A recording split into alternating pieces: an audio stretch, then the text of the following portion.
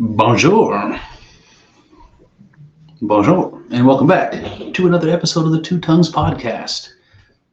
What are we doing today? A little bit of opinion scholarship. How about a little opinion scholarship for today? Because that's what I'm bringing on the solo episodes of the Two Tongues experience. A little bit of opinion scholarship. Just want to coin that phrase so you guys know. Let's see if we can make that work. What do I mean by opinion scholarship?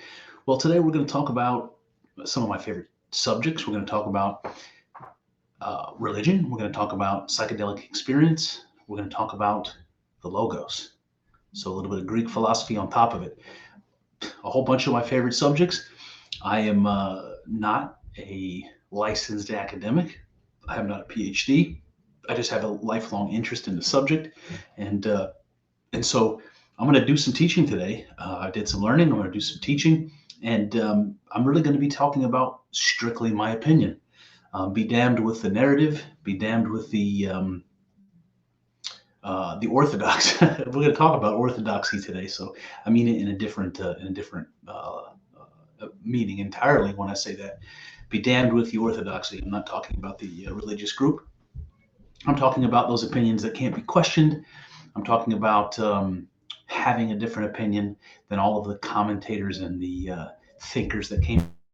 You're allowed to have your own, and sometimes it's damn interesting. So hopefully today will be that. So what we're going to talk about today, I'm going to call this episode Becoming God. So that's not going to be surprising to those people who listen to my solo shows regularly. That's a topic I'm particularly interested in. I'm trying to understand what that means. But specifically, we're going to be taking a different angle on this today. I'm going to be talking today about a gentleman that I was introduced to from the other tongue on the podcast, my buddy Kyle. The person who we're going to talk about today, his name is David Patrick Harry. David Patrick Harry. He is in many, many ways a lot like me. That's kind of why after listening to him talk, I was interested in learning more. He runs a YouTube channel and a website called Church of the Eternal Logos. And David Patrick Harry has a lot of the same ideas that I bring to you guys every week. And he got those ideas from the same places that I get them from. So just to give you a little bit of background, I don't know much about David Patrick Harry yet, but I've listened to a whole bunch of his videos, specifically on the Logos, and one interview that he did with Buck Johnson, which I cannot recommend enough. We'll talk about that in just a second. But David Patrick Harry is he's a little bit younger than me. He's doing kind of a similar thing on YouTube and in the podcast world, talking about religion, religious ideas in interesting ways, talking about psychedelics in a kind of a religious or spiritual context. All very interesting stuff. The difference between David Patrick Harry and I is that while I was studying as a kid to become a PhD professor and wanted to teach religion at the college level, I got derailed on that path and ended up in a whole different occupation. David Patrick Harry, on the other hand, got his master's degree in this subject and is finishing his doctorate currently. At least that's kind of what I understand after listening to him. He's a PhD student. When he did his master's degree, he focused on psychedelics, early Christianity, shamanism, and Hermeticism. All topics we've touched on the Two Tongues podcast, all topics you've heard me monologue about. And so you can see there's a lot of overlap in his influences and mine.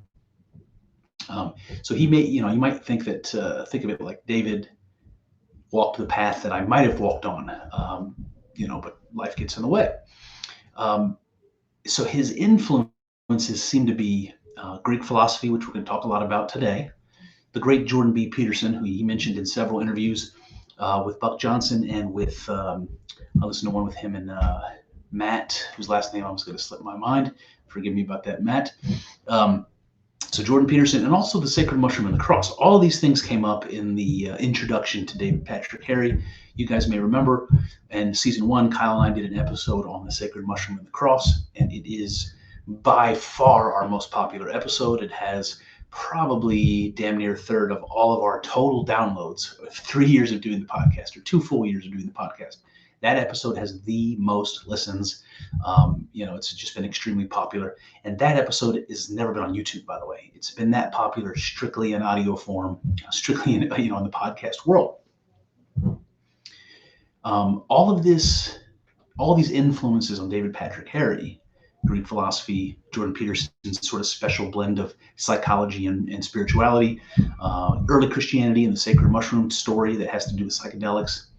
All of these influences brought David Patrick Harry to an exploration of the Eastern Orthodox Church. So it brought him into religion. It's not the only example of this.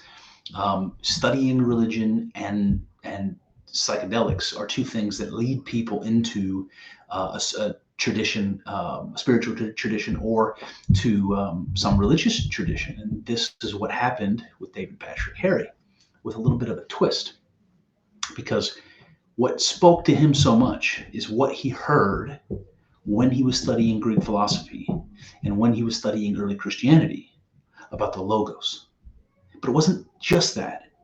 It was a number of powerful psychedelic experiences. He specifically talks about doing ayahuasca, but it sounds like more than that. Mushrooms probably, and things like that, before he was working his way up to having an ayahuasca experience.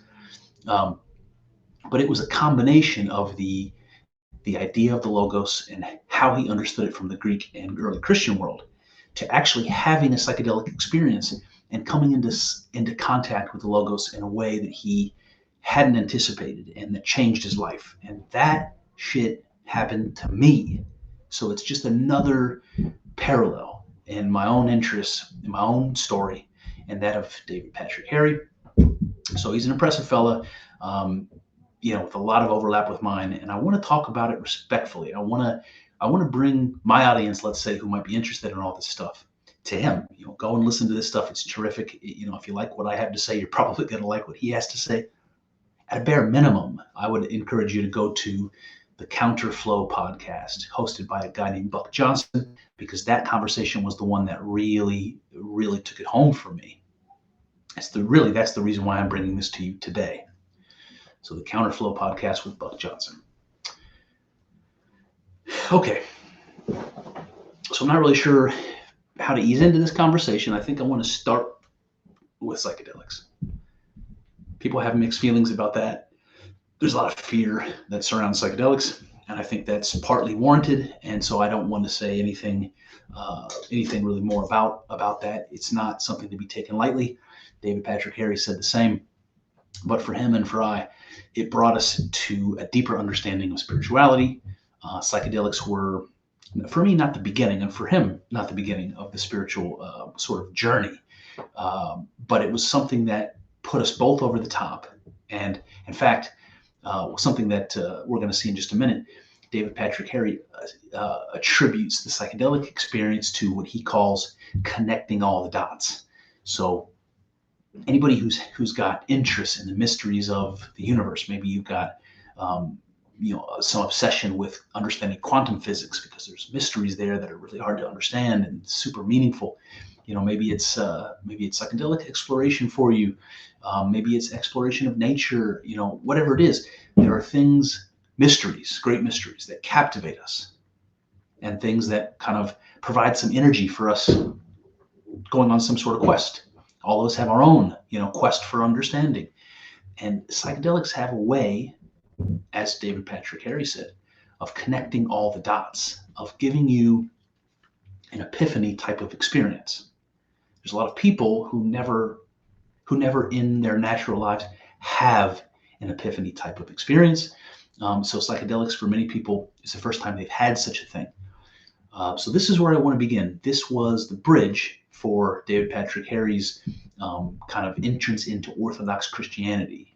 I don't know what comes to your mind when I say Orthodox Christianity, but I can tell you what comes to my mind.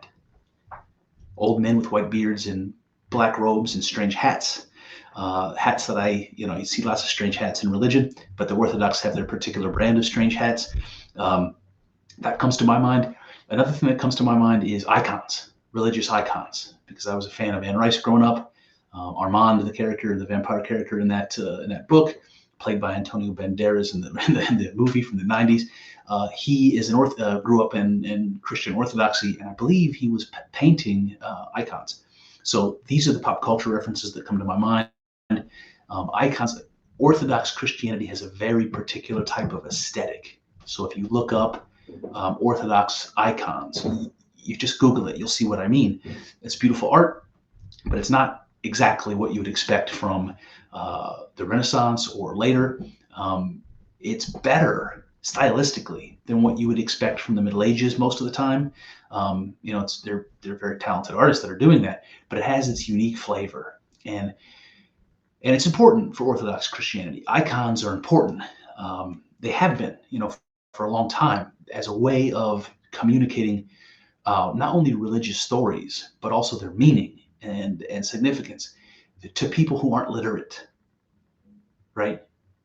You have some stained glass window with the apostles on it and this symbolism, or maybe there's a painting of the sacrifice of Isaac or something. So, there's these religious images that gave people the stories that they're only hearing about from the priest for hundreds and hundreds and hundreds of years, when people generally could read. And so icons became very important for education and for telling stories, but also as an object of meditation, an image, an idea to hold in mind during prayer, during meditation, that kind of thing. So I'm getting off the path here. Let me just jump right in. Section number 1, we're going to call psychedelics. All is one. Why do I say all is one? Well, anybody who's had a psychedelic experience can probably understand what I mean by that. Anybody who's had a mystical version of that experience will definitely know what I mean by that. Having a mystical psychedelic experience comes with this attitude, it comes with this impression that everything is one. There is no distinction between anything, really. And what we see of as distinctions and boundaries between objects and between consciousnesses, all that stuff is somehow an illusion. And the psychedelic experience opens that up and shows you some kind of deeper truth of how connected everything is. But more than that, it's not about being connected exactly, although that comes along with it. It's about sharing an identity. There is only one identity. There's only one self. Maybe you even think there's only one substance, that what everything is and what everything's made of, and the plane in which things exist. All of this is actually one thing. And the psychonauts will sometimes call that energy. They'll sometimes call that God. They'll sometimes call it vibrations, or all kinds of words that denote some kind of an important unity, an important oneness. And so I'll begin with the first quote from David Patrick Harry on the topic of psychedelics. And I want to just maybe caution the listeners rather, that this was a conversation. What we're going to talk about today was not something that was written down in a book. It wasn't something that was edited. It was top of David Patrick Harry's mind, the way that you would talk to a friend, and having a really engaging conversation. I say that because there are some contradictions that we're going to see as we come through here, and I am very interested in talking about them. But I do not mean to be overly critical of David Patrick Harry here. What I want to point out is that when you're having a conversation, you aren't careful all the time with your words, with the meaning of your words, with being kind of self-consistent. And in your mind, the meanings that you intend on conveying and the words you use, they're not always perfect. And so there might be some inconsistencies here that seem to be inconsistencies. And if I had the benefit of talking to David Patrick Harry, we could probably talk through them. And I imagine that's probably true. But I will focus on some of these inconsistencies, just because what I want to do really is talk about how much in common David Patrick Harry and I have in terms of our thinking and our conclusions surrounding God and the cosmos and the relationship between them and all of that. And how David Patrick Harry's conclusions have been different than mine in interesting ways. And it brought him to the church, which hasn't yet happened with me. Maybe it will in the future, but it hasn't happened with me yet. And so I'm curious to know what the difference is. Am I missing something? Is he missing something? Do I have something wrong? Does he have something wrong? That kind of thing. So I'm going to let you be the judge. Maybe we can learn together as we go through this. But without further ado, here's David Patrick Harry. He said, if you want to be spiritual, psychedelics are the way to go. This is how you move into this non-physical, non-local realm of spirit, of altered consciousness. Okay, so I don't necessarily disagree with that, and I think you might be tempted to say that David Patrick Harry is telling you psychedelics are the only way to go, and that is not at all what he's saying. I don't think he would agree with that in the slightest. But for him personally, it was the path that got him there, and so he's claiming that it's a path available to us, not the only path to having some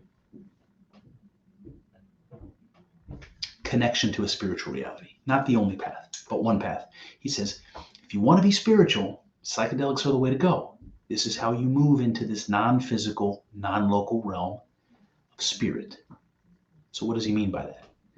So if you have a psychedelic experience that's powerful enough, especially if you have that mystic variety that I like to talk about, you will find yourself not on this plane, right?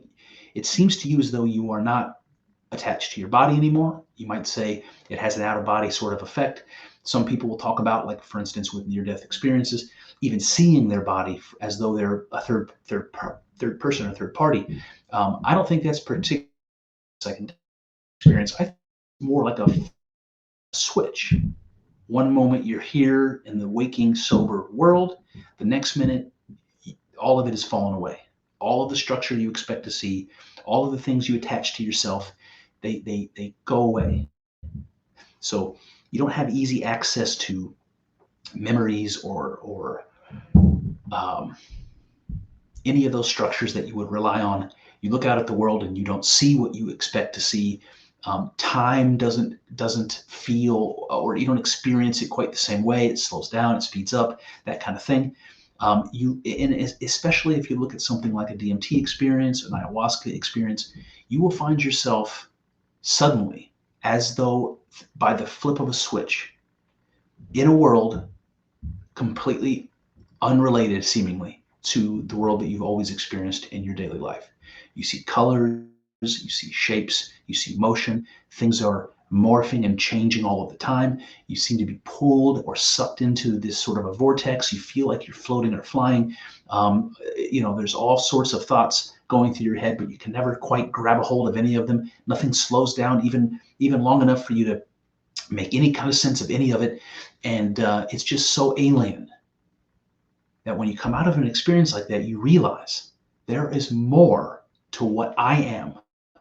And there's more experiences available in this reality than I have ever guessed. And growing up and having all sorts of new experiences and seeing how complex and dynamic the world is, nothing comes even close to showing you what is really possible. That's what he calls non-physical, non-local realm. Some people come to that same conclusion when they study physics and quantum mechanics, or when they study biology. When you come to realize, you learn about, let's say, cells in your body, and you're made up of these cells. You learn about the atoms that make up those cells, the cells themselves, and you realize that they all have their own worlds.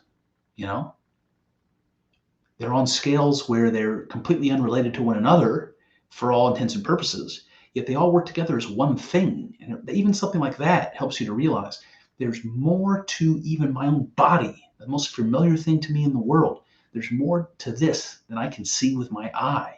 There's more going on than I can feel. I don't feel cellular activity. I don't know anything about it. So there's more to you, and there's more to the world than you could ever guess. And when those sorts of boundaries start to collapse, it is life-changing to realize that what your religious traditions have called spirit, and you've probably grown to maybe not detest, but turn your nose up at as a mature, scientific, Western, modern person. And then you have an experience like that and you go, holy shit, the shaman with a bone through his nose knows more about the world than I do. It's that kind of life-changing. All right, then David Patrick Harry says, God can meet you anywhere. God needed to meet me in these altered states because I was so embedded in them. So you've heard this before, God can meet you anywhere. And this is, a very common kind of Christian notion. It's like, it doesn't really matter how bad of a sinner you are. It doesn't matter if you're in the gutter with a heroin needle hanging out of your arm with nothing but regret and hanging over your head. God can meet you there too. It's something like that. And he's making this bridge by saying, if God can meet you there, he can meet you in psychedelics. And that's what happened to him. And I can say that's what happened to me as well. And then he says some things about his psychedelic experiences, of which he had many, LSD and ayahuasca in particular.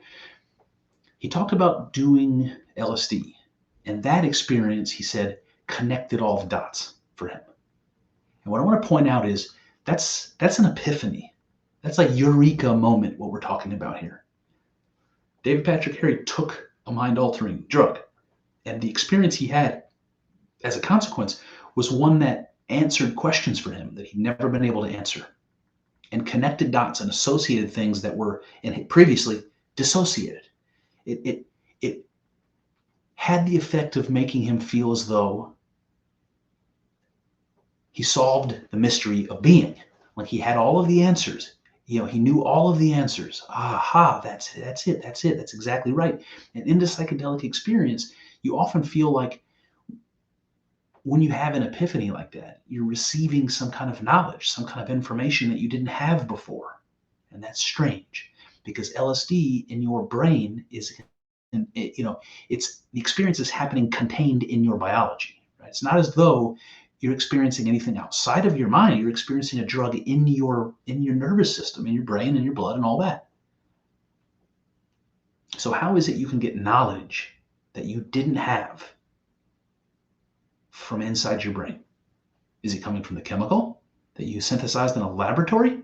Is that where the information is kept? This mysterious gnosis in the LSD? I don't think so. So the experience opens you up to something where you're able to get information that you didn't have before. And sometimes it feels like the most important information there is, the answers to all of life's questions, the meaning of life, what God is, what the relationship is between man and God. All of these questions that you could never answer, you suddenly have sort of a satisfactory answer that comes from this mystical experience. Usually it doesn't last. And often it's hard to even remember what those answers were. Try to ask somebody after they come down from a psychedelic experience. It's like a dream. You're going to forget, or it's going to sound ridiculous to you again when you're sober mind.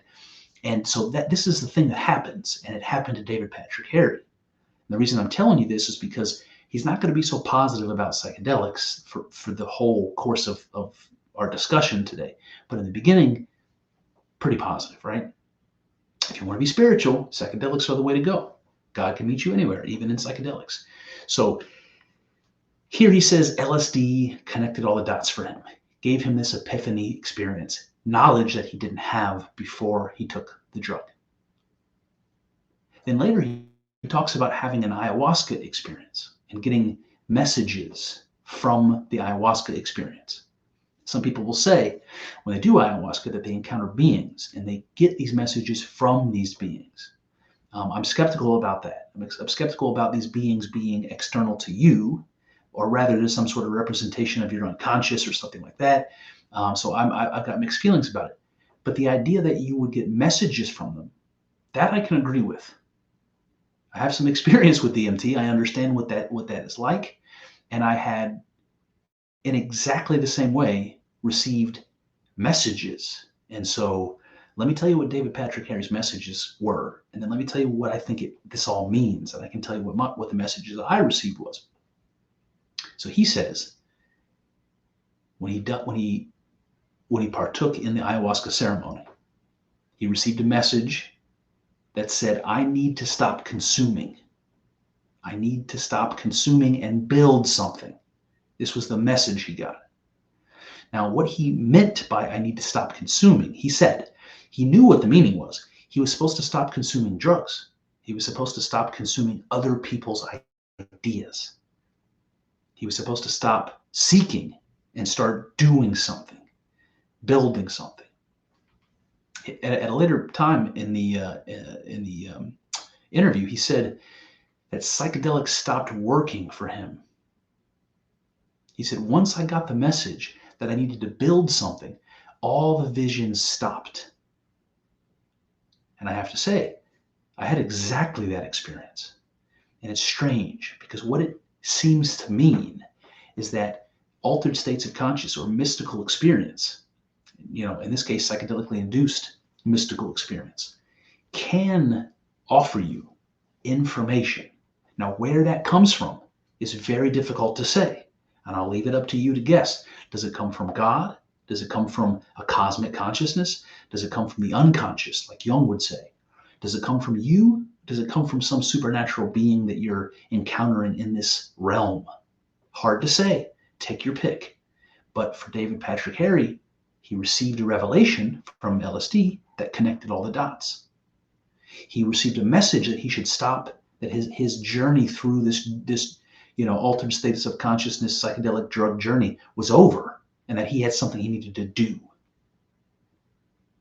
And then the psychedelics stopped having an effect on him. And something about that sounds like a message to me also, doesn't it? It's one thing for a message to come through in a psychedelic experience, but isn't it also a message when they stop? When the messages stop, you keep going back, you dive back into that psychedelic world because it's so amazing, and because you received a message, you want to know what more can be gained from that experience, and you jump back in and you take more and more and more, and nothing. It's like you're being disallowed more until you're ready for the next experience, for the next revelation, and the drug knows that you're not ready for it yet. It's very strange. It's almost intelligent. What is that intelligence? Is it God? Is it the drug? Is it you? What is it? So I have to say, I had this exact same experience. At some point, psychedelics no longer worked. And I had a message, the message that I got. I remember it vividly. I was laying in bed. I was looking out the window, looking at the trees, the sky. And when the visions stopped, I had this feeling, and this is another thing to bring up because this is how the message comes to me. And I imagine similar to David Patrick Harry. It's not a disembodied voice telling me something. It's a feeling of fact. And the fact that I experience while looking out the window is that these crazy visions that you're seeing in the psychedelic experience, when they break down and you come back to your sober reality, all of this magic that you saw in the vision is exactly what you see looking out the window at the trees and the sky and the earth. There isn't a distinction at all between this mystical visionary experience that I can't get enough of and the real world. And I have to find a way of understanding that to be true. Living my life in the real world as though I'm walking around in that magical psychedelic realm. They are the same thing. And I have to learn to see it that way. And that means something. And see, I'm not ready for the next revelation until I figure that out. And then I can maybe return to the psychedelics. And maybe I can go further if I'm permitted. And so all of this stuff is very strange. It makes it sound like psychedelics are an intelligence, that they're connected to you in some way that you can't understand, that they contain information that you don't have, but can glean from them, not just facts and epiphanies, but direction for your life. And it's just very strange. And it's another thing that shows you there's more to your experience and there's more to the world than you ever thought possible. Where is this information coming from? Why don't we know about that? Why don't we know where the information comes from? Why haven't we figured out how to reliably have these experiences? Why are we hiding from it? Why are we scared of it? I'm sure there are good reasons. I don't know what they might be. Okay, and then David Patrick Harry goes on. He says, we're all one is a common euphemism for people that take psychedelics. Fair enough. We are all one. And then he says, Christianity says love your neighbor as yourself. A similar concept. Okay, so I'll stop there. So the psychedelic revelation is all is one. And Jesus comes around and says, love your neighbor as yourself. What does that mean? It means see your neighbor as one with you. And when you do, you will treat him or her as you're supposed to. You will love your neighbor as yourself. Why? Because your neighbor is yourself, because all is one. And I agree with David Patrick Harry. That is a similar concept. I would agree, or I would maybe disagree with this latter part we're going to get to in a minute. I don't think it's a similar concept. I think it's an identical concept. Now, David Patrick Harry says this, a similar concept, but not the same thing. So I take some issue with that, but let's hear him out. Not the same thing. Because we're not all the same self. He says Christianity says we're all different selves, but we have to love each other as the same self. Where psychedelics say we're all just one cosmic consciousness.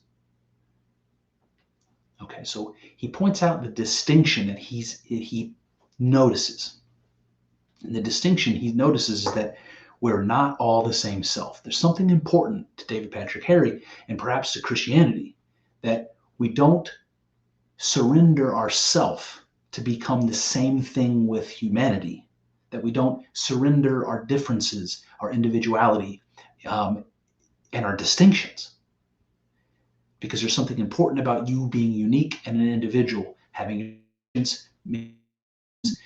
having the of sin, let's say, that rests squarely on your shoulders because you're the motherfucker that did wrong. So he seems to think that a psychedelic understanding removes that somehow. Because if all is one, a concept like sin is difficult to talk about. Because how can it be my sin when I'm one with everybody? What is that? Does that dilute my sin? Like, it's a very strange idea. So maybe this is where he's coming at it. And I would love to talk to him about it to make it more clear. But this is the distinction he makes. We can't all be one because it's important to recognize that we're not the same self. Now, I look at the Bible. I look at the Christian part of the Bible in particular, the New Testament, and I see love your neighbor as yourself. And I do what David Patrick Harry himself does. I look at early Christianity to see kind of what the earliest ideas were. And in the Gnostic tradition from the Gospel of Thomas, we have another phrase that says, pick up a stone and you will find me. Now that's God speaking to Jesus. Pick up a stone and you will find me. Split a piece of wood and I am there. This comes from the Gospel of Thomas. Now I see pick up a stone and you will find God. And Jesus' words, love your neighbor as yourself, as providing the exact same message. God is all things. So why you should love your neighbor as yourself is because your neighbor is you. You're God, and so is your neighbor. Pick up a stone and you will find me. That's saying the same thing. God is everything and everywhere. Now, I think that's more in line with the psychedelic experience. I don't see any distinction here. And I think we could dig into it deeper where David Patrick Harry says we're not all the same self. I would argue that there's a way of looking at that as incorrect. There's a way of looking at that that's incorrect. I could get into it. It would maybe derail me a little bit. But even from a Christian perspective, we understand in the book of Genesis, for instance, when Adam and Eve are, and Adam in particular, was made of clay. So God creates this form of a man, and then he breathes life into it. So something like the animating force of God has been added to this clay figure that makes it alive. And you might say that the thing in that clay form, Adam, that makes it alive is a little piece of God. The soul, right? The immortal soul. And then I would argue that even from a Christian's own perspective, the immortal soul, that God breath, right? That thing that I would also connect to the Logos, which we're going to talk about more today. That's the same thing that is the force of life in every human being. So even if we don't take it beyond that, we have an identity. We have a union of identity. The thing that makes you alive is God. What does that mean? It's very difficult for me to say that the part of me that's God and the part of you that's God are different. Are ourselves different if at the core of that is God, the breath of God that we hear about from Genesis? I think we could argue that way. And I wonder what David would have to say about that. He goes on, he says, love your neighbor as yourself is the psychedelic revelation that all is one. So here he's admitting these things we're saying exactly the same thing. But then he adds a caveat. He says, but we should worship the Creator, not creation. And this is something like what he said before when he said we're not all the same self. So we worship Creator because that's God. Creation's not. Now, I'm not so sure about that. I don't think the psychedelic revelation is so sure about that. In fact, one of the things that's so powerful about that is understanding that, for lack of a better word, Creator and creation are not different. Remember, all is one in the psychedelic experience. Now, he gives a quote from an ancient author named Cicero, who wrote something called De Natura Decorum. And there's a character in that, his name is Chrysippus, and he says this. Now, here, I'm going to read this to you, but the reason I'm reading this to you is because this comes from the series that David Patrick Harry does on the Logos, the idea of the Logos, which is both a pre-Christian and a Christian concept. But it comes right along the same sort of psychedelic line. So let me read Chrysippus say, the universe itself is God. It is the same world-guiding principle operating in mind and reason, together with the nature of all things. So according to Cicero here, the universe itself is God. And this is what some of the pre-Socratic Greeks would say, the Stoics in particular, and we're going to talk more about them. The universe itself is God. And there's something like a pantheism going on here. You know, people like Spinoza, but also people like tribal people, you know, who have religious ideas of the natural world as God. Sometimes it's all of the cosmos. Sometimes it's, you know, just the earth. Maybe it's, you know, Father Heaven, Mother Earth sort of a thing.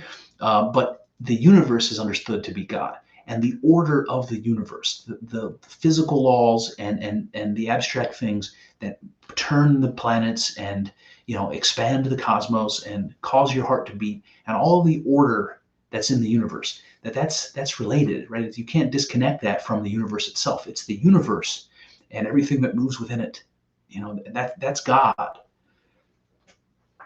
And he said that order, he said, you know, within the universe, he said that's the same world guiding principle that operates in mind and reason. So really what he's saying here is that the order you see in your own consciousness, you know, logic and reason and memories and temporal order and all the stuff that just comes along with our experiences, that's organized and not chaotic. It's organized for a reason. And you see the same order in nature. You know, you look around, you can see the mathematical relationships in the growth of a nautilus shell. You can see the relationship between, you know, all of the pieces of nature, the tides and the moon, you know, the sun and the electromagnetic field around the earth. I mean, over and over and over, you see examples of order in nature. And this is what the Stoics point to. And this is going to become this idea of the Logos that finds its way into Christianity. And it also finds its way into both David Patrick Harry and my heart. So I want to talk about this more. It's the same ordering principle that orders our experience and thinking, also orders the cosmos. And that brings me to another Stoic philosopher and emperor of Rome, by the way, a man named Marcus Aurelius. And he said this: regard the universe as one living being, having one substance and one soul, and observe how all things have reference to one perception, and how all things are the cooperating causes of all things that exist. So what does he mean by this? Something like what Chrysippus says. Think about the universe as one living being. So that's both what Cicero said, in Chrysippus's words, the universe itself is God. And it also has elements of that mystical experience, all is one. Because Marcus Aurelius says, regard the universe as one living being, having one substance. So that's like one essence. Or you could take that literally and say one substance means that everything is made of the same stuff. And what animates the world, our soul, he says that's one thing, one soul, one substance, one living universe. And David Patrick Henry points out this is the idea of the anima mundi, the world soul, or this cosmic consciousness. These are all ideas related to this idea that comes from the Stoics. And then he says, observe how all things have reference to one perception. And I think that's really critical, actually. What does that mean? All things have reference to one perception. Well, that means anything that's sentient at all, who has an experience, a perception of the external world, they're all identical.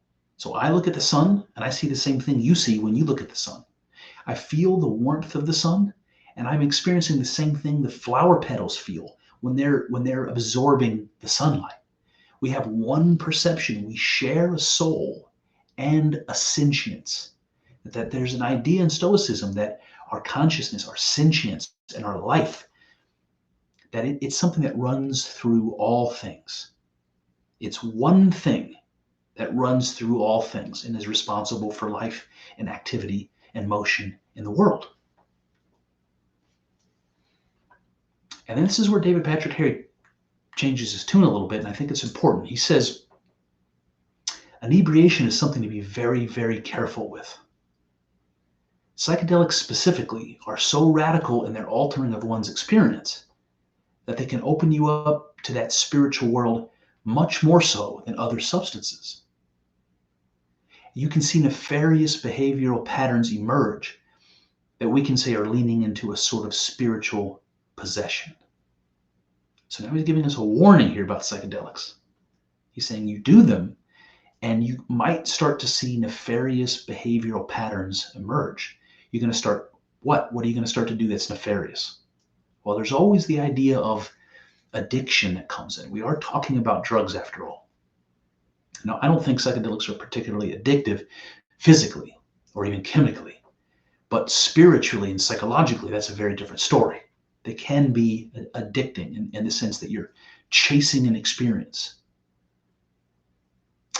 They can also be a distraction.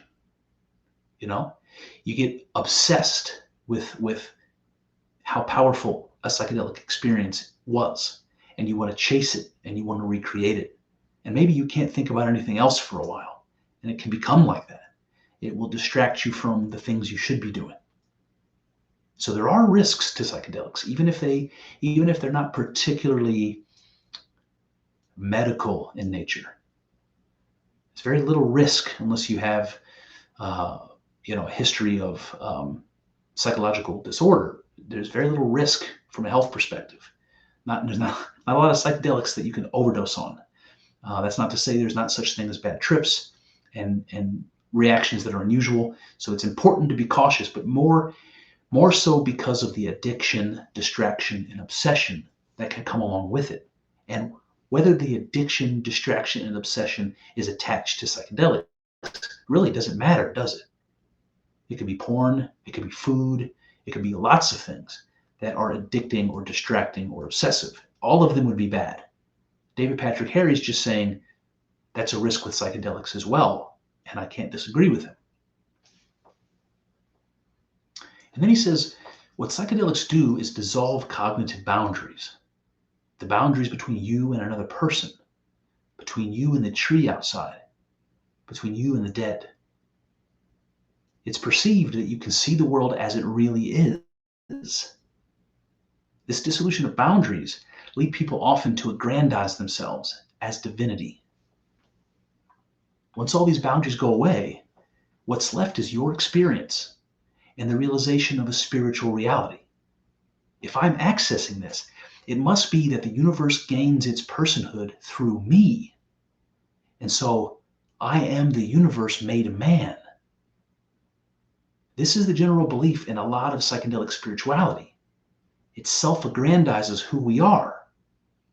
But at the same time, in orthodoxy, we believe we are the epitome of creation. The difference is we have to, through humility, submit to the will of God. And there is an objective boundary here. All right, so I know that's a kind of a big paragraph. We covered a lot, but I think this is really good. I don't agree with it all, but I want to tell you kind of what I think. I do think psychedelics dissolve cognitive boundaries. I do think that's associated with this feeling of oneness that we talk about. He says the boundaries dissolve, the boundaries between you and others, between you and the tree outside, between you and the dead. And these are things that you might hear somebody say in a psychedelic experience, that all is one, that there is no distinction between you and I. You might hear somebody say that I found myself in the consciousness of a tree, and I felt what it was like to be a flower or a tree. Maybe you have some communication with some ancestor, some dead relative, something like that. These are all relatively possible experiences in a psychedelic mystical experience. So it does dissolve these boundaries, and that is a part of this feeling of oneness that psychonauts talk about. But I think you'll see that the angle that he seems to be laying on this is that effect, like this real, it's just the effect of the drug. And I think, and I wonder what David Patrick Harry would say about this, but I think that the boundaries dissolving, giving you this feeling of unity, isn't a fake experience. It isn't a effect of the drug only. I think what it is revealing a truth, a deep reality that underlying all of the structure that we develop and bring along with us to help us navigate the world. The categories that we make for things, our perceptions in general, the idea of space and time, and all the stuff that we associate with our waking, sober reality. That those things maybe are illusion or falsehood. That maybe the unity underlying these boundaries, when they fall apart, when you experience that unity, maybe it's not something false you're experiencing. Maybe it's something true you're experiencing. Maybe that's the way things really are. And that's certainly the way it feels. It has this noetic quality. People will say that psychedelic experience, it feels realer than real. And I can't disagree with that. And he says as much. He says, it is perceived that you can see the world as it really is. So that's what this unity is. It's existence as it really is. And then he says something interesting.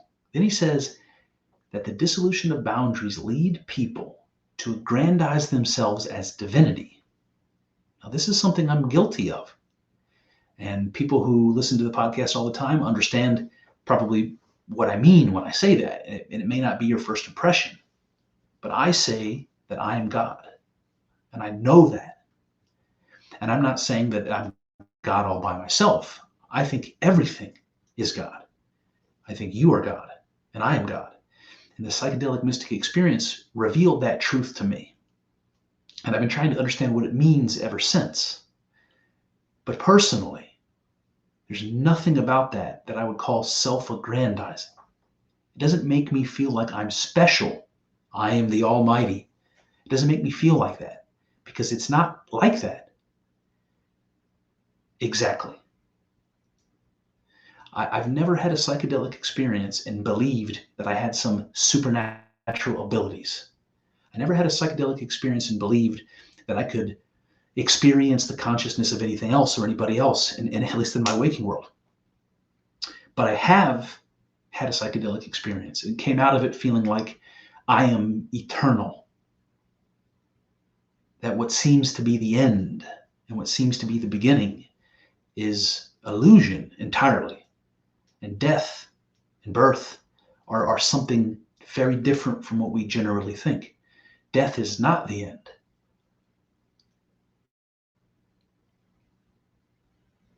And none of that makes me special.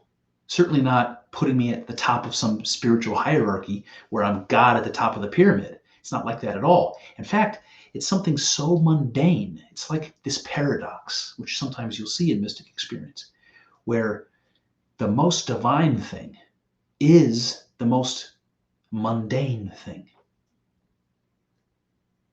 the most profane thing. That the thing that we think of as the most divine, this thing that we call God, and we pretend is some abstraction that we can't wrap our brains around, that thing is within you and everywhere you look. It's everything you experience. Something like that. That doesn't make me self-aggrandize. It does make me divinity, but it doesn't make me feel special. It doesn't make me feel powerful. It doesn't make me stand out.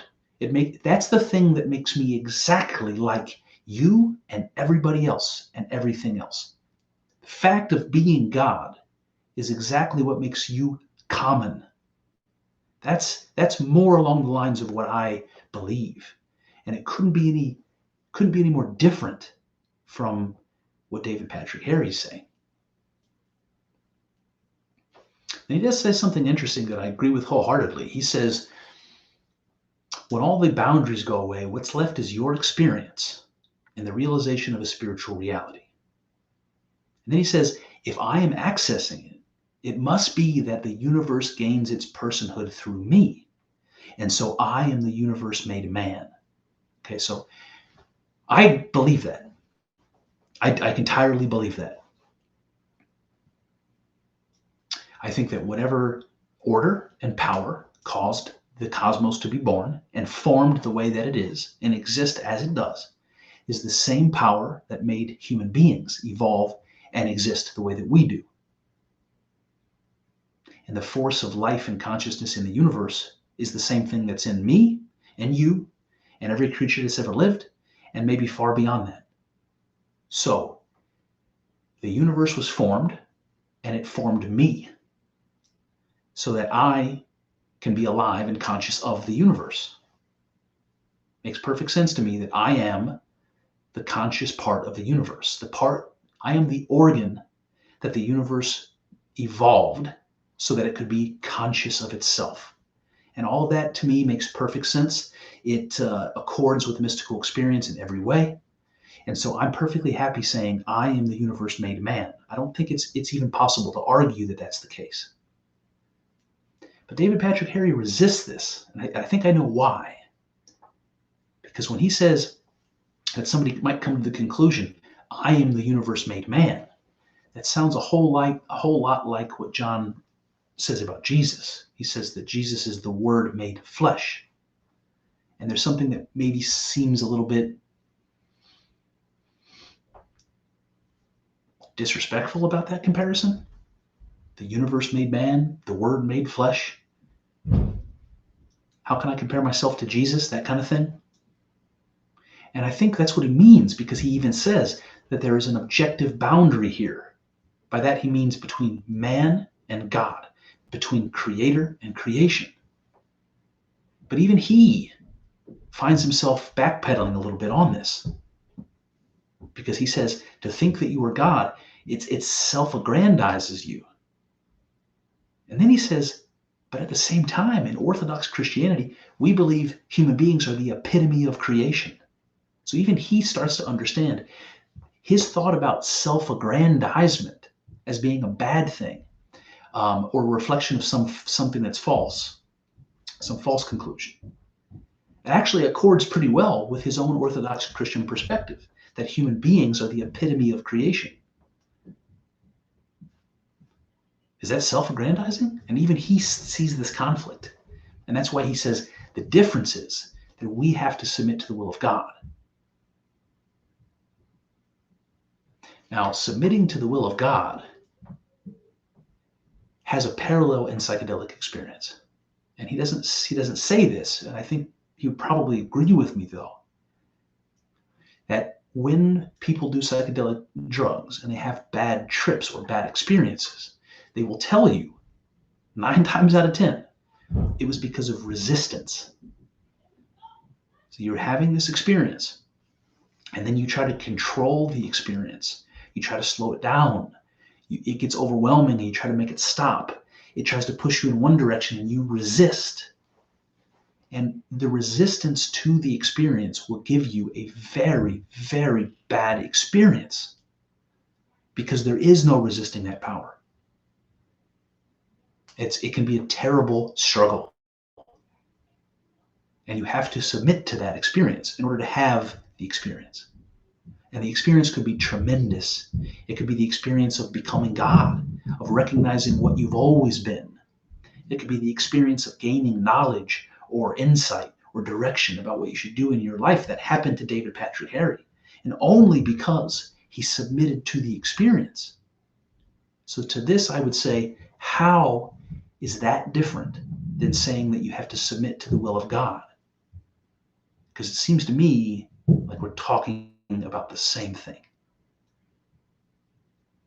And then David Patrick Harry says that his last psychedelic experience was the beginning of his journey to becoming an Orthodox Christian and beginning to see the world through the lens of Logos theology. And I think this is interesting because I told you, one of the messages I received from psychedelic experience was that I had to learn to see the world outside in my sober waking reality as exactly the same as the world I saw in my psychedelic experience.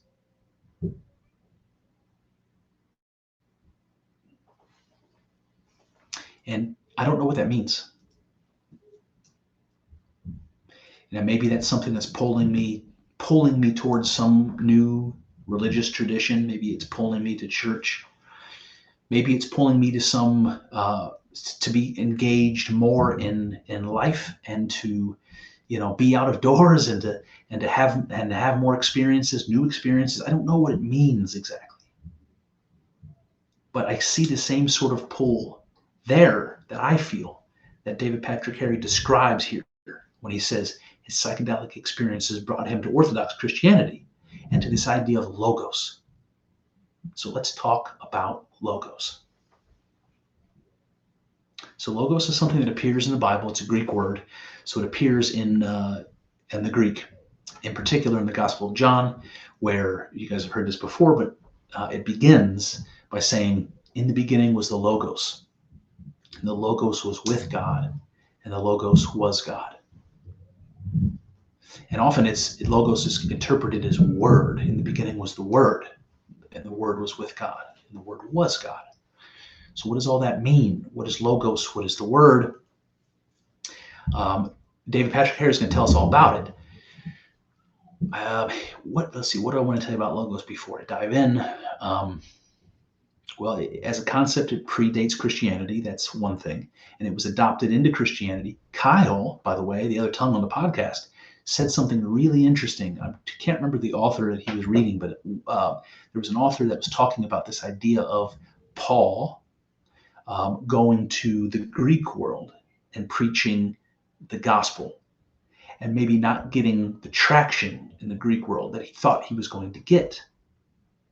And then John, who wrote the Gospel of John, decided that Paul wasn't really speaking the language. He wasn't really coming down to the level of the Greeks and using their cultural patterns and symbols and language to help them understand what this very, very Jewish idea really means. And so John uses the word logos because that's a Greek word with an existing history and meaning.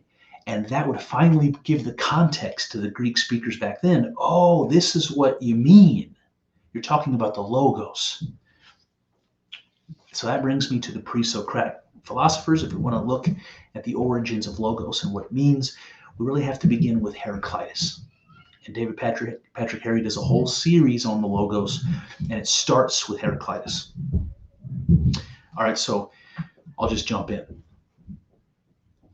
So from the perspective of Heraclitus, logos is seen as the thing unifies opposites. It's associated with fire, since flame is constantly transforming, but united because the essence of fire was always the same. For the Stoics, all animals and people are emanations of the primordial fire, the Logos. What unites animals and humans is the warmth of the body. So I think this is great. There's a couple of interesting things here. The first one is the first sentence, which really blew my mind because I had never heard this before. But the Greeks saw the Logos as that which unifies opposites. Anybody who's ever heard me talk on this podcast, on the solo episodes, will know why that strikes me as so interesting. Because there's this idea that predates Heraclitus by a long shot that goes all the way back to ancient Sumeria and their religious stories that talk about this symbol of God that we call the Ouroboros. Carl Jung called it a syzygy. Same idea. It's the generative union of opposites. Whatever was there at the beginning of time, the thing that's responsible for the universe and for creation, the thing we would call God, originally was one thing that was a union of opposites. The Sumerian story talks about those opposites being a goddess and a god, Tiamat and Apsu, the salt water and the fresh water, where they're both water, they're both one thing, and they're unified.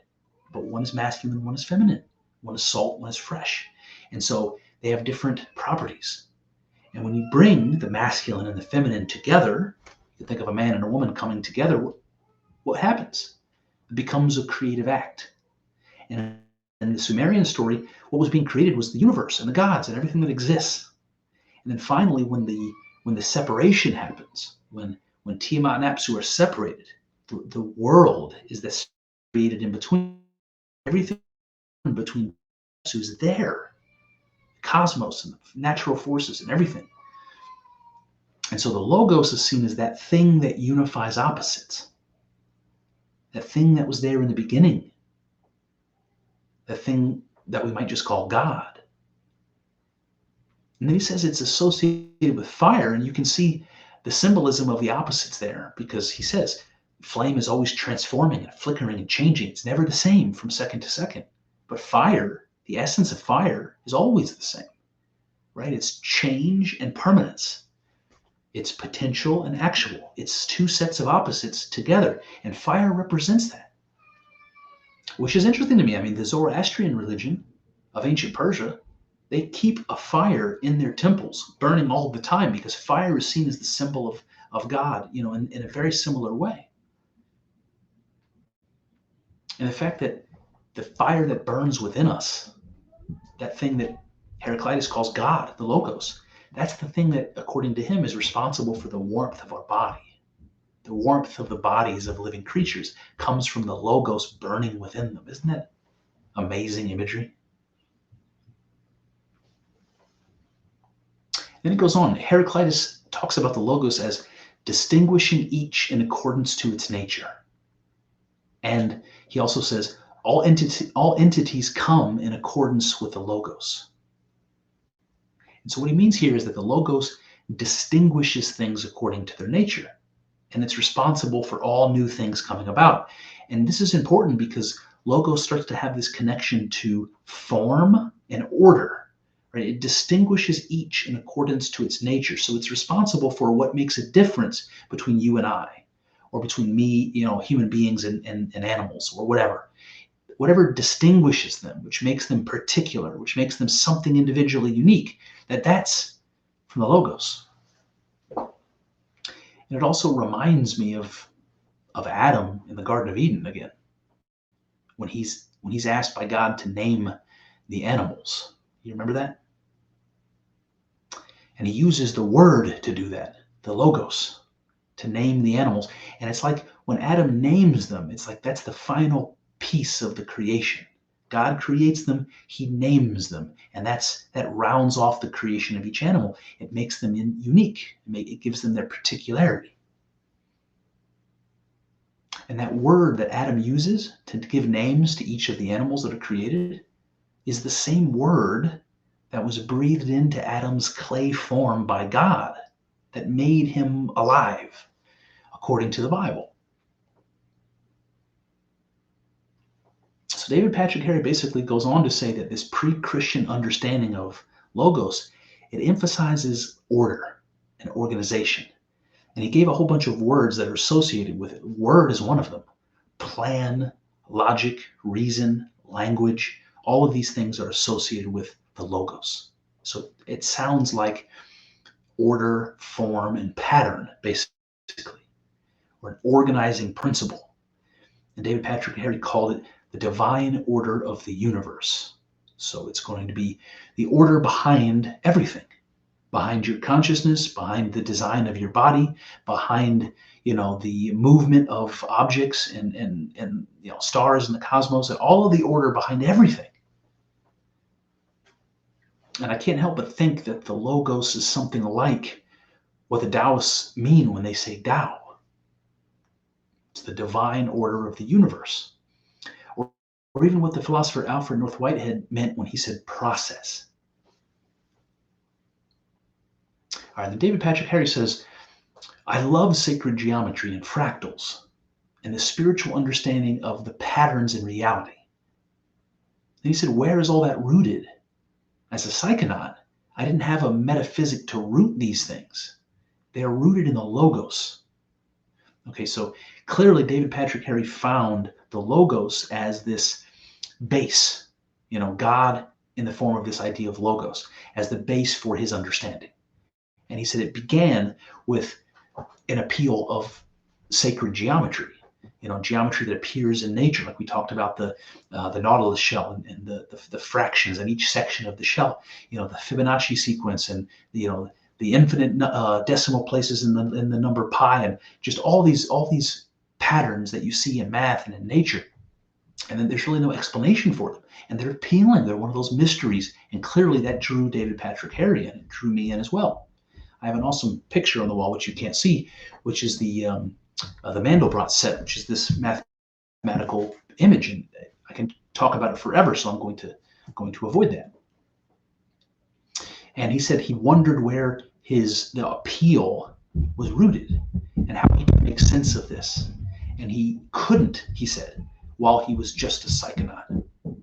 Having all those psychedelic experiences didn't do anything to help him understand where all of this mystery should be rooted until he realized that it's in the logos.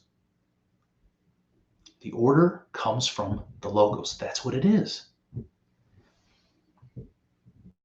And he talks about the Stoic philosophers in ancient Greece and how they saw the logos in the world. So let me read you this bit. He talks about the Stoics. He says, they have a monistic world because God is creation. So to the Stoics, like we saw earlier with Marcus Aurelius and Chrysippus, the Stoics believed that everything was one. It's a monistic world. That means there is no God outside of the world.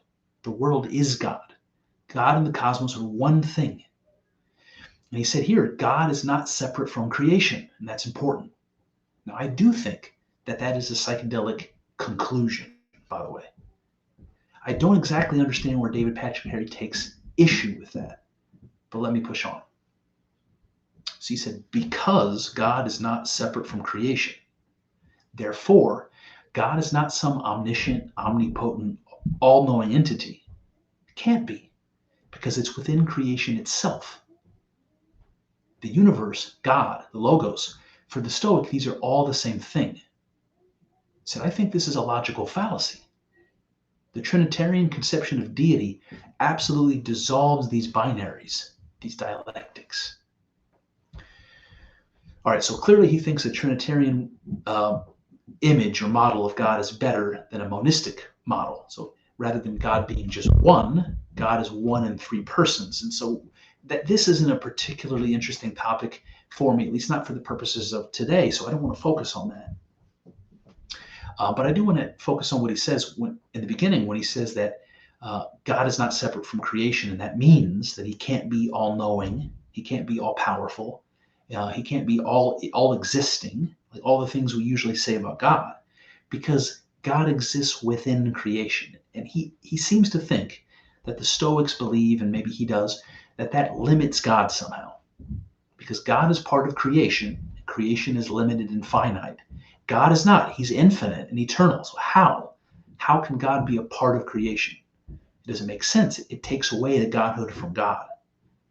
And I understand that's one way of looking at it, but I simply do not agree. I would argue something like this. Christians of all kinds imagine God as the perfect being. And I have a hard time believing that a perfect being isn't something like complete. A perfect being is complete, something like that. And if you tell me that a God that stands outside of the cosmos and exists transcendently is more complete than a God that stands outside of the cosmos transcendently, but also simultaneously is the cosmos, which one is more complete to you? A God that doesn't include creation or a God that does? And this is my spin. I think a God that includes creation, a God that is both transcendent and immanent, both outside of the cosmos and the cosmos, is more complete and more perfect than one that isn't. So this is something I would really be interested to talk to David Patrick Harry about and get his thoughts, but alas, I cannot. All right, this last little bit when he talks about the Trinity, I think is interesting. He says the Trinitarian concept of deity absolutely dissolves binaries and dialectics. To me, that sounds like the Trinitarian idea of God unifies opposites. And if it dissolves binaries, it's something that unifies opposites. He's already talked about this with the Logos. The Logos is God, so it unifies opposites. Okay, so that seems to make sense to me. But here's what I want to ask. If the Stoics look at God as God, the Logos, and the universe, they're all one thing. This is what he's told us. That's kind of a Trinitarian perspective, by the way, not unlike Father, Son, and Holy Ghost. I mean, I want to know, what is the difference, right? If the Stoics believe God is one, it's a monistic thing. The Christians believe that too. And the Stoics say God, Logos, and universe are components of this oneness. Christians say Father, Son, and Holy Ghost. I'm like really seeing a lot of overlap here. So my question is, what is the difference? Now, God is supposed to unify opposites. That's what Logos does. So let's ask that question. What opposites are reconciled if we think of a Trinity as Father, Son, and Holy Ghost? Are there opposites to Father, Son, and Holy Ghost that get reconciled? I mean, most Christians would just say, no, Father, Son, and Holy Ghost are three persons in one. They're just one thing. So what is reconciled? What opposites are united here? But what if we take the Stoic approach? If we take the Stoic approach as God is what? Creator and creation both. Okay, then what opposites are we reconciling? See, those to me seem like opposites. Creator and creation. God and the cosmos. And that's what gets reconciled. Even Christians say that when they talk about Jesus, the person of Jesus. Even David Patrick Harry is going to say that. And if the Logos is that which unifies opposites, I really don't know what opposites are being united with this idea of the Father, Son, and Holy Ghost. But the Stoic approach, again, seems to make more sense. What opposites are being unified in God? If God is creator and creation, well, those do seem like opposites to me. And unifying those opposites does make me the universe-made man, as we said earlier. So everything that exists, certainly every human being, is the reconciliation of those opposites. And that makes me as an individual human being and you the Logos. The Logos. That's another word for God, you guys. I am God. That's what psychedelic intuition tells you. All right, David Patrick Harry goes on. He says, in Stoicism, the highest thing is to accord one's morality and behavior to this objective structure called the Logos, which is the metaphysical basis of nature itself. And this makes sense to me. It's like, if there's order in the cosmos, if there's order in nature, order in the world, and you can figure out what that order is, and you can start acting with it, right? You start going with the flow of it, very much like the Taoists would say. If you can do that, you're going to have a better time of it, right? If your behavior and actions are in accord with nature, you're going to have an easier time. If your behavior and actions are constantly contrary to nature, you're constantly fighting the cosmos. It's impossible. It's a losing battle. So you want to live your life in accordance with the Logos, with the law and structure that you find yourself in. That's something like submission as well, something like that psychedelic idea that we talked about submitting and going with the experience. Very much like David Patrick Harry's formulation of submitting to the will of God. Then he says, to live in accordance with the Logos is to live in harmony with the divine order of the universe. So that's basically saying the same thing. Then he says, Christ is the incarnation of that. Proper worship is the continual striving to imitate the Logos. This is exactly what we do in the Christian tradition. And then he says, only Christ is the incarnation of God. So that last bit, hopefully it sounds as out of place to you as it does to me. Almost like it was added on to not give the wrong impression, right? So what he says is, Christ is the incarnation of the Logos. And what we're supposed to do is strive to imitate that. We want to live in accordance with the divine order of the universe. And one way of doing that is to look at the person of Jesus, because he incarnates this order. And then all we have to do is do as he did. What would Jesus do comes to mind. And proper worship, he said, is continuing to strive to be Christ-like, to live and imitate the Logos. And he said, this is exactly what we do as Christians. And I agree with all of that. All of that. And then he says, only Christ is the incarnation of God. Okay. And this is where I diverge. When he says that we are supposed to live in accordance with the Logos, like live in accordance with nature, all of that makes sense to me. He said, nation of that order, and that makes sense to me for the same reasons we talked about earlier when I said I am the universe made man, right? Because the order that underlies the universe and its creation also underlies the processes like evolution and so forth that brought me into existence. So I am a manifestation of the same order that manifested the earth and the sun and the cosmos. But I can't say with any clear conscience that I am the only incarnation of that, or that Jesus was the only incarnation of that. I think all things that exist are an incarnation of the Logos. How could it be any other way? Everything that exists was given rise to and sustained by this divine order of the universe. And that same Logos drives the universe onward. To do what? One of the things it did was evolve me, for Christ's sake. And you. And everyone you've ever known, and everyone that's ever lived. And not just human beings, but everything else also. And all of those things are an embodiment of the Logos. So when he tacks on there, only Christ is the incarnation of God, it seems defensive to me. So this is another thing I would love to talk about with him.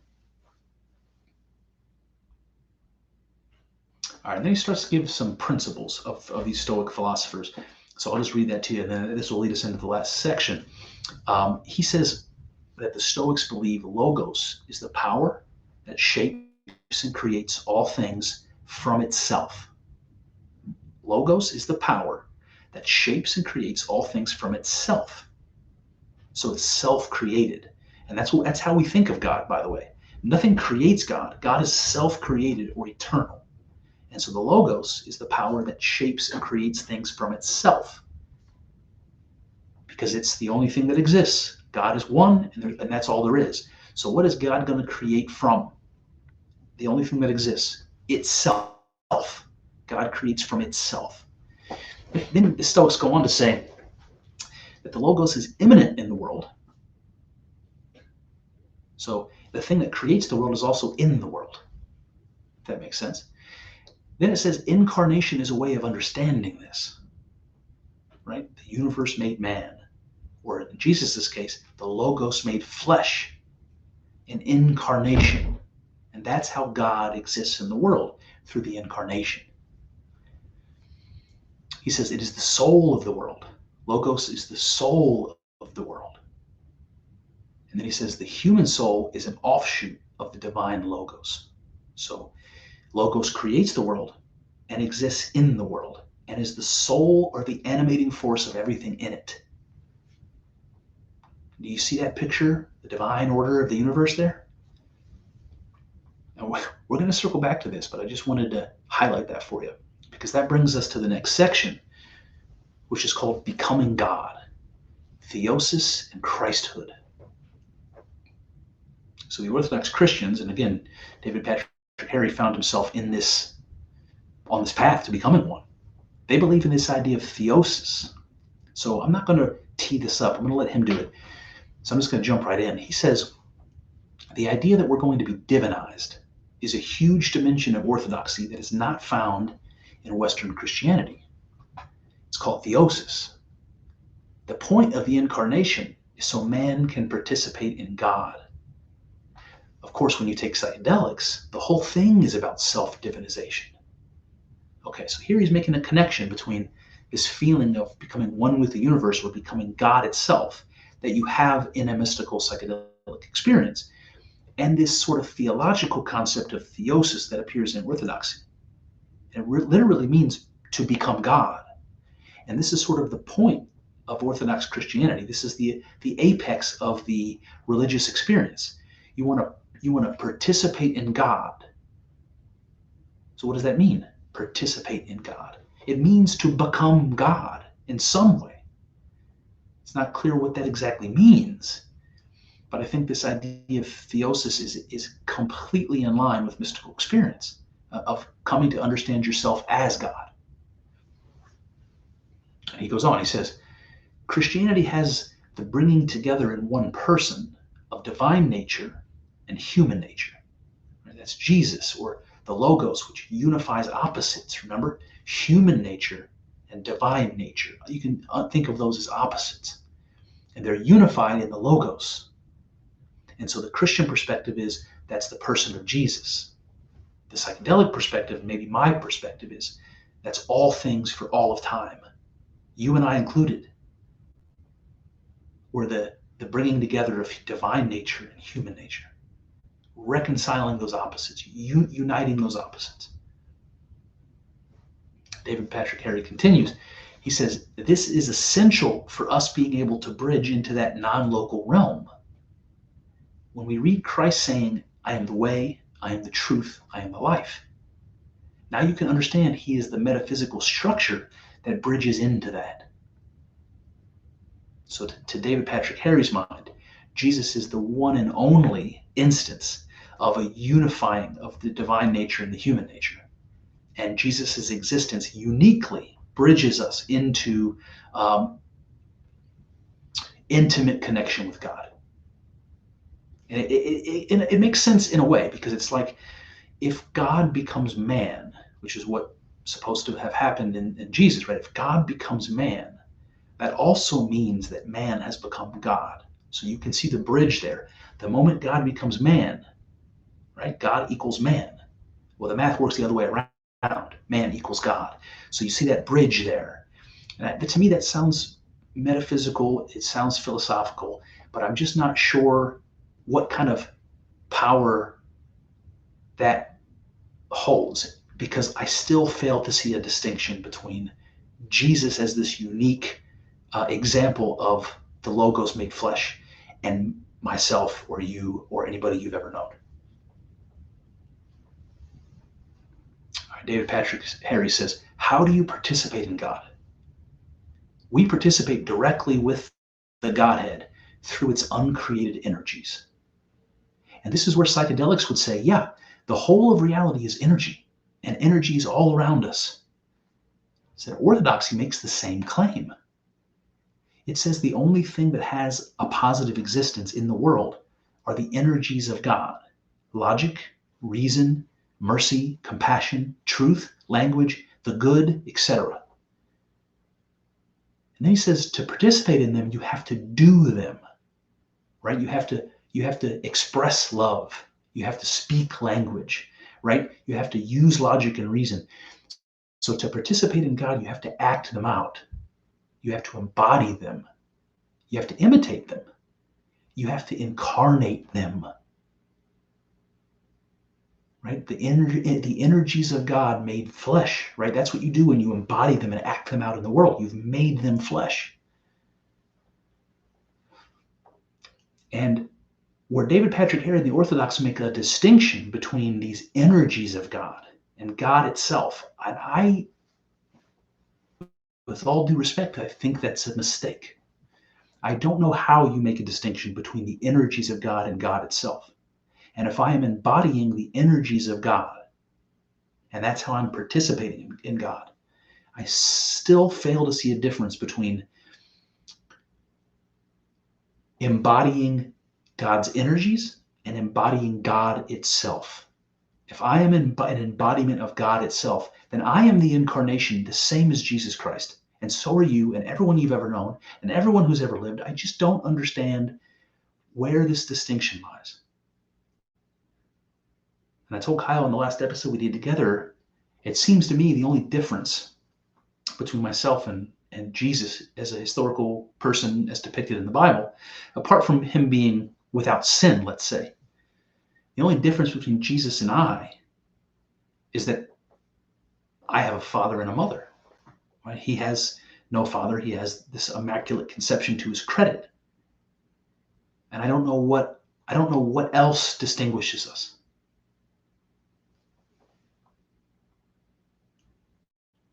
All right, then David Patrick Henry says, how do we divinize ourselves? Again, this is just like the word theosis, to become God. How do we divinize ourselves? He says, within psychedelic spirituality, it's through magic, the acquisition of power. It's through knowledge. And you can then become more and more enlightened. He says, orthodoxy believes in illumination, but you're illuminated by submitting your will to God. It's through humility to God and other people that you become more like God. Okay, so I have really nothing but resistance to this particular paragraph. He says, how do we become God? Well, the psychedelic spirituality says it's through magic, through the acquisition of power, or through knowledge. And I just simply think that couldn't be further from the truth. I think it would be true of esotericism. It would be true of the occult, but it's not true of psychedelic spirituality. When you have a mystical experience in psychedelics, you might say that you're experiencing some kind of magic only because you have no other words and because it's supernatural. But you also don't have any control over it. Remember, we talked about resistance and bad trips. You cannot control the experience at all. It's one of the most humbling experiences you can have, actually. So if there's magic involved, you might use that word, but it's not something you're wielding, and it's not something you can learn to wield. It's beyond you. Now, then he says the acquisition of power, and that to me seems related to magic in the way that occultists and esotericists will say. It's like we can tap into sort of supernatural powers that are available in the world by learning secret knowledge, by learning spells, by learning the names of demons, by things like that. That doesn't exist in psychedelic spirituality. So I just don't understand that. And then he says through knowledge. I'm going to become God through knowledge. And I don't think that's true either. I think that there is knowledge in psychedelic experience, and that knowledge is that all is one, or that you are God. And those are synonyms as far as I'm concerned. And that's true, but also not knowledge that is responsible for you becoming God, right? It's almost like, I've said this many times, and psychonauts will agree with me, it's like remembering. When you have that feeling, that all one with the universe sort of a feeling, it's like the most familiar thing you've ever experienced. It's not strange to you. It's like, oh yeah, I remember this. So it's knowledge, but it doesn't, the knowledge doesn't give you power, and it doesn't make you God. It's just evidence. It's just a brute fact. Now, maybe that does make you more enlightened, and it's something that I would use that word, that I was enlightened by that experience. And then he says the same thing about orthodoxy. They talk about illumination in the same way in orthodoxy. It's enlightenment. It's the same thing, but it occurs through humility to God. And once again, I'm going to say that this submission or humility to God and this submission or humility to yourself in that psychedelic experience, to go with it, to not resist it, that we're talking here about very similar, if not identical, ideas.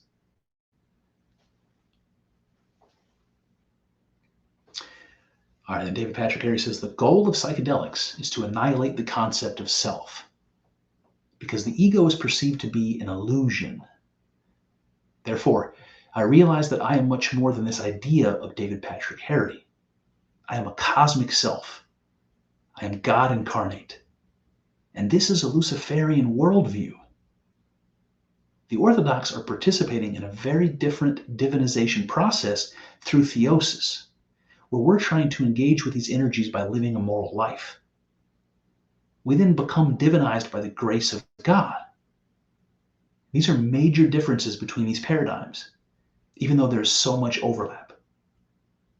Okay, so what David Patrick Harry sees as major differences, I simply do not see at all. So when he says that psychedelics eliminate the self or the ego, you've probably heard people talk about ego death experiences. And it is something like that. And there is a feeling of being reborn, by the way, when you have an ego death experience. So that also relates it back to the death and resurrection of Jesus in a very similar way. And even these ancient groups like, the Freemasons immediately come to mind, but there are many others. Gnostic groups and secret mystery groups like the worship of Mithra in ancient Rome, the worship of the Isis cult from ancient Rome. The early Christianity falls right into that same category. There's lots of religions like that did rituals that were supposed to imitate a death and a rebirth. And many of those groups used psychedelics. So there's something like that going on here with the ego death and being reborn. And it's associated with psychedelic experience. There is realize that I am more than this idea of David Patrick Harry. And that's what I said at the very opening of this. Yes, you have a psychedelic experience and you realize that you and the world you inhabit are far more than you ever imagined they were. And then he says that I am a cosmic self. I am God incarnate. And I do think that is a reasonable thing to say about a psychedelic mystical experience. But when he says this is a Luciferian worldview, I cannot disagree with him more. I have exactly the opposite view. To come to the realization that you yourself are God in union with everything else, that is not a Luciferian view because it's not in conflict to God, right? Lucifer stands as the adversary and tries to replace or to struggle against God. Well, that's not what you do in psychedelic experience. When you become God, you don't fight against it. You're not its adversary. You simply melt into it.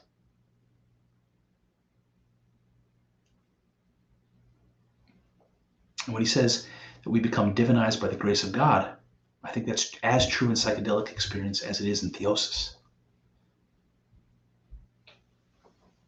I would say something like this. When he says that you have to live a moral life to become divine, and that only by the grace of God does that happen, it's like, it reminds me of Martin Luther. It's like faith without works is dead. That's what Martin Luther says. You have to act morally in the world, or you aren't going to earn heaven or salvation. It's not just about what you believe, it's about what you do. And there's a divide on this in Christianity, by the way. But this is something like what the Orthodox position seems to be. You have to live a moral life to become God. Now, my perspective, and the psychedelic perspective, I think, is that we're born divinized. We're always already God. Where the Orthodox position seems to be that it requires works, that you have to earn it. And David Patrick Harry says, Luciferian spirituality is a form of self-worship. Some spiritualities believe that God only loves himself. If there's only one God, then God only loves himself. God is a very narcissistic being. And people will say, if that's the case, the way I become God is just to worship myself and manifest my desires. By doing this, I make the world a better place because I'm acting more and more like the Godhead. Then he says, we're not to worship ourselves. Our focus is to serve other people through humility and love. Love is not something that's focused on my own will. It's self-sacrificial. So let me dig into this. When he says that Luciferian spirituality is a form of self-worship, what he's saying is if you see yourself to be one with God, then what you're worshiping is yourself and not God. And I think that's one possibility, but only one. The other possibility is that you're simply worshiping what you've always worshiped and you've come to identify with it. It's not self-worship. It's the same worship it's always been. All that's changed is your conceptualization of yourself. The worship hasn't changed. The object of your worship hasn't changed. It's not selfish. It's not self-centered. It's not self-grandizing. And then he says, if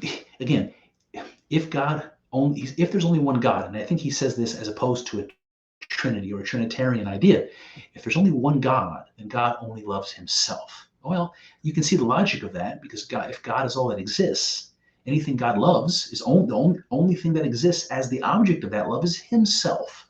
So that must make him a very narcissistic being. Well, I think that's very anthropomorphic. I mean, what you're doing there is assuming that God would be a narcissist in this situation, which would be true for a human being.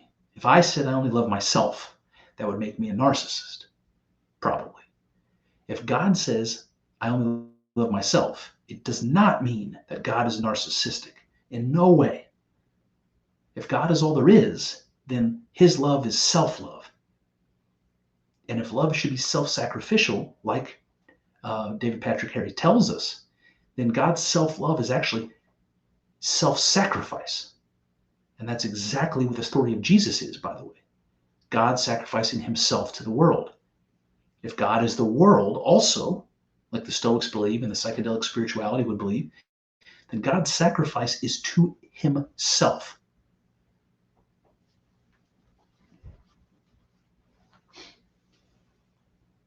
That brings me to my conclusion. If you listen carefully today, you heard David Patrick Henry posit three related things in regards to God and the Logos. First, you heard that the Logos shapes and creates all things from itself. Next, we heard that the human soul is an offshoot of the divine Logos. And lastly, we heard that we participate in God by embodying and acting out his energies. What do you take that to mean? It seems to me that saying the Logos shapes and creates all things is to make Logos responsible for existence, but also for the particularities of the world, for the shape or form they take on. But it doesn't stop here. It goes on to add from itself. So it's not just that God is responsible for existence, but that existence gets its substance and structure directly from God. Existence is literally made of God. Next, we hear the human soul is an offshoot of the divine Logos. And this implies two things to me. That the soul and Logos are somehow synonyms, and that the soul of man comes from the soul of God. It's strongly reminiscent of the Hindu notion of Atman, which is like your mortal soul, and Brahman, which is God, being one and the same. So it's not just that existence is made of God, but that the force of life within it, our soul, is also God. We are something like Logos soul inhabiting bodies made of Logos matter. But we don't stop here either. Next, we hear that our moral actions in the world are only possible through the energies of God, which are understood to permeate reality. So we're made of God, we're animated by the soul of God, and we act out the energies of God. We're God through and through, the whole kit and divine caboodle. Everything we are and do is logos. We hear this from the Stoics, the Orthodox, and David Patrick Harry. And yet, in the same breath, we're told, quote, there is an objective boundary between creator and creation, and, quote, that only Christ is the incarnation of God. So what am I to believe? That I am made of logos in the form determined by logos? That I am animated with a soul of logos? And that my moral actions are the actions of logos? I am to believe all of this and at the same time insist that only Jesus was logos. With all humility, I fail to see a distinction. And it's this very lack of distinction, I think, which could resolve David Patrick Harry's critique of psychedelic spirituality. When he said, if God only loves himself, he's a very narcissistic being, he was hitting at it. Psychedelic spirituality does reveal that all is one, and this does mean that there is only God as the object of love. But there's more going on here. This too, David Patrick Harry hit on when he said that love is sacrificial. See, in this light, God loving himself is God sacrificing. But if all is God, what is God sacrificing? And what is he sacrificing to? The answer, God sacrifices of himself to himself. This is the divine order of things, the very logos we've been chasing. God sacrifices its divinity to become materially real. God sacrifices himself in the person of Jesus to his self as mankind. All sacrifice is self-sacrifice. Just ask the mother who sacrifices for her infant. Just ask the autumn, which sacrifices itself for the spring. Just ask the past, which sacrifices itself for the future.